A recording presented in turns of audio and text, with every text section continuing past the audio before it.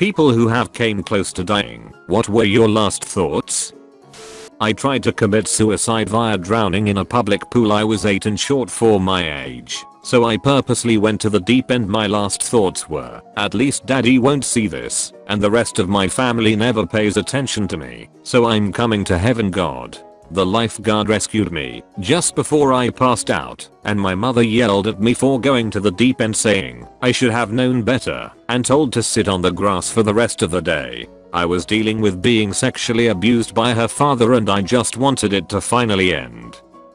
I had the worst strain of mono currently known: strep throat, double ear infection, upper respiratory flu, lower respiratory flu, a sinus infection, and pink eye. At the same time, they started testing me for a brain tumor. Before they knew what was wrong in the ER, my vision started fading, and I couldn't hear, and the only thing I could think about was that I was going to ruin my parents', siblings, friends, and girlfriends' lives by dying so young and sudden. I didn't want to cause that kind of emotional pain to my loved ones. I thought I wasn't going to be able to say goodbye. I was so dehydrated that my organs were starting to shut down.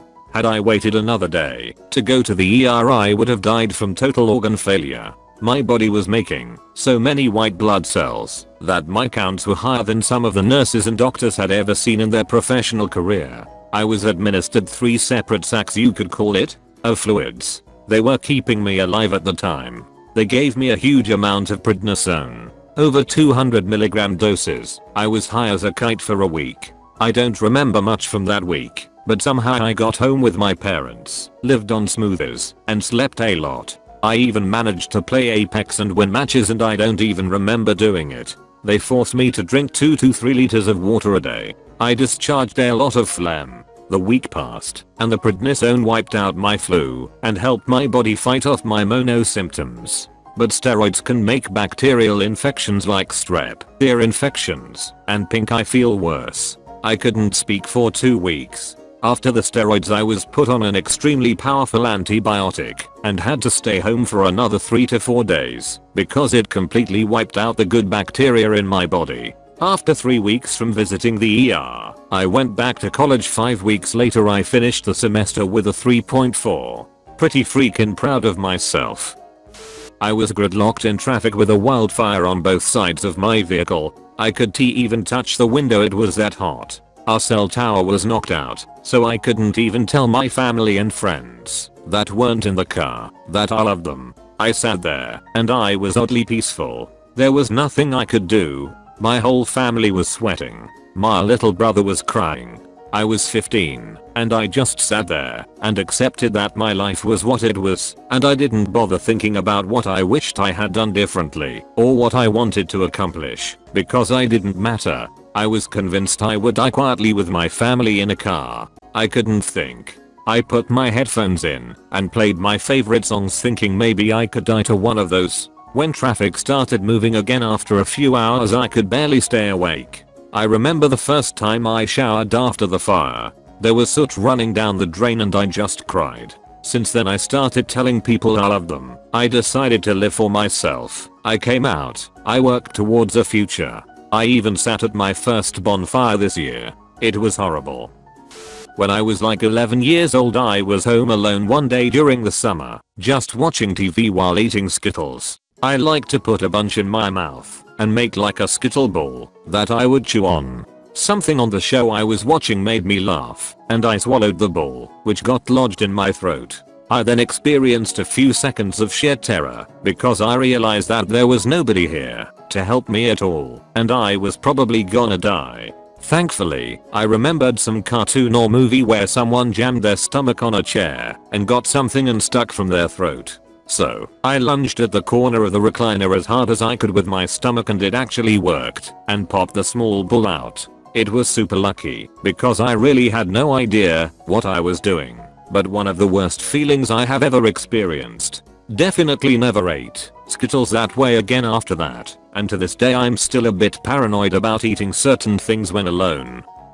I remember each handful of pills going down so easily, like simply swallowing a mouthful of food.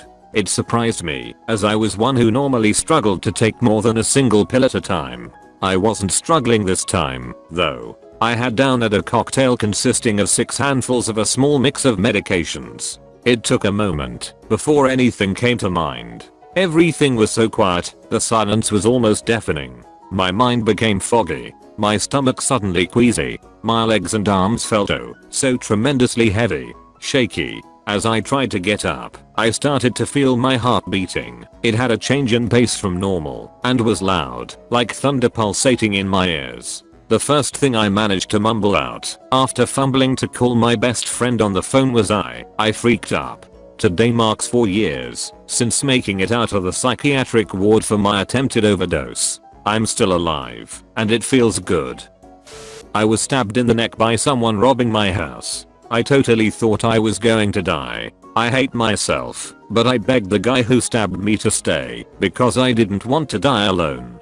He said sorry and walked away. That freaking broke my heart. Thankfully he called 911 for me.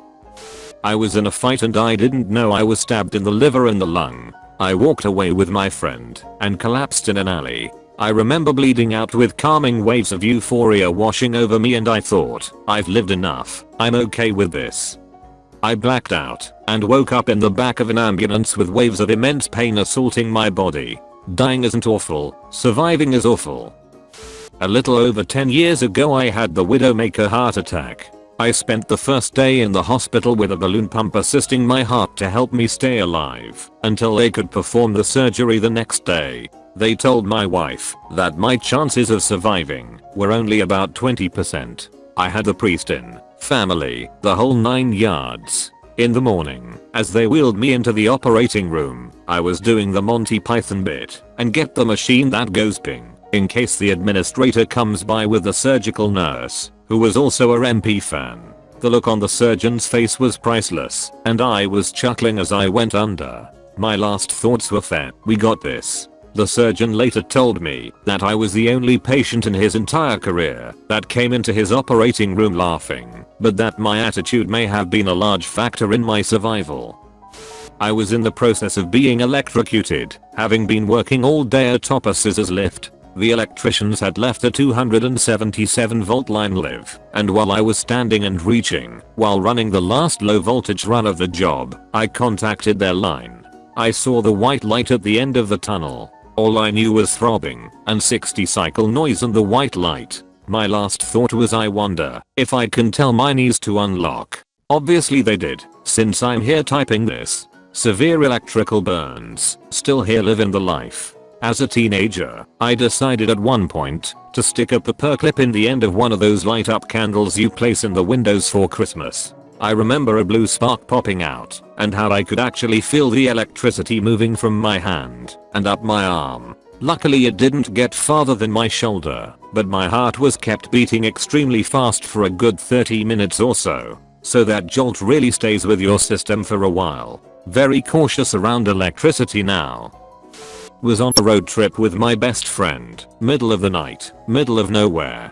He was watching a movie on a little DVD player. I was going about 90 miles per hour. As I'm passing a semi his blinkers come on, so I consider falling back to not get merged into, but I'm young and stupid, so I keep on the gas to get out of his way. I'm almost past him when I start to fishtail. Black ice. Let off the gas, hold the wheel straight, and the car's simply no longer in my control. As the car starts to spin, I very calmly turn to my friend, look him in the eyes, and tell him in a conversational tone, make sure your seatbelt's fastened. We are about to crash. The signal on the semi was probably his hazards. In retrospect, we luckily just spun out and wound up in the ditch on the far side of the road facing the wrong way, across 4 lanes of traffic in the pitch dark. So lucky. My heart stopped beating for 7 seconds while I was eating dinner in my hospital bed waiting to be discharged. I realized I was going to pass out and put my arm across my plate so I wouldn't fall face first into it. All I could think of was this is gonna make a mess. Glad they took their time with the paperwork. Ended up walking out of there 7 days later with a pacemaker at the age of 46. I remember having a piece of food lodged into my throat at a young age. I was standing there thinking well this is it, and I just accepted it. I really don't understand it, because I'm terrified of death, so I don't get how I just accepted it but yeah. had a stroke last year and was taken to the ER by my brother. The last thing I remember was asking him to take a picture of me with his phone as I must look terrible. After I was admitted, I didn't remember anything other than dreams until late October, and days after I was admitted, when everything was a blank, they induced a coma so that my brain swelling would go down, and I was critical, so I presume I was pretty close to dying then. They will never find me. Almost drowned in Hawaii in a riptide and no one noticed. I was 10. Thankfully I was a very strong swimmer and managed to swim out of it, but I was quite a ways out. The beach was very narrow, close in with rocks on each side, so I basically had to get pitted by a huge wave at the end to get through the last 20 yards. Crawled up on the beach, literally exhausted. Got yelled at for staying out too long. Edit, as everyone says, learn riptide and current safety.